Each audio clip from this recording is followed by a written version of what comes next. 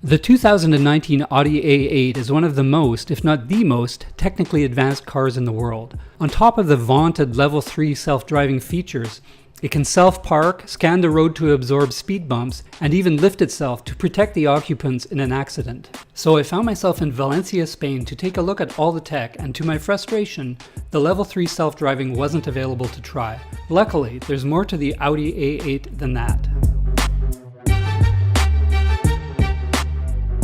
First up was a self-parking demo, followed by a parallel parking demo. The first one worked very well indeed, and the parallel parking was too until I came along. During a couple of tries it got mixed up and stopped near a column, but then worked normally after that. Hands off steering wheel and hold AI button to start parking procedure. That's what I do right now. I press it and keep it pressed. It accelerates, brakes, steers, shifts gears. Audi assured me that it was simply a pre-production bug and that the final vehicles wouldn't have this problem. Next up was a feature that detects obstacles like bicycles beside the vehicle and prevents the driver and passengers from opening the door. Now. Oh, yeah, it wouldn't let me out. Yeah, that's it. During the demo, the passenger was unable to open the door, but the driver was, because the bike had already passed.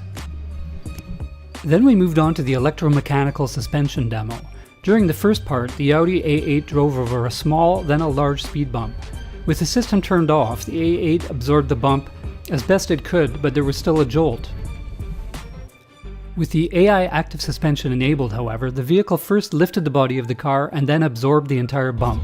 The whole thing was impressively smooth. Audi saved the best for last with a demo of the active side collision safety feature.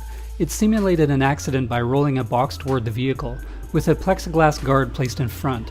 That allowed the sensors to detect the box while preventing it from dinging the $100,000 car.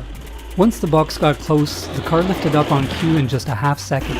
That exposed the reinforced side sill to the impending collision, which can prevent injuries, Audi says. Finally, I took the car on the road. Suffice to say, the A8 is about as nice to drive as you'd expect for Audi's flagship luxury car. It's smooth, quiet, luxurious, and stays nearly flat around corners. The adaptive cruise works as advertised once you engage the cruise control and activate the lane assist feature. The A8 then operates the steering to keep you in your lane, but you still need to keep your hands on the wheel. It also accelerates and decelerates to keep you safely behind the traffic in your lane. I was impressed by the tech, but overwhelmed by all the options at times during the drive. There were also a few bugs that Audi chalked up to the pre-production nature of the demo and promised they'd be squashed when the car is released. I couldn't help but wonder if Audi maybe put too much tech into the A8, putting its reliability at risk.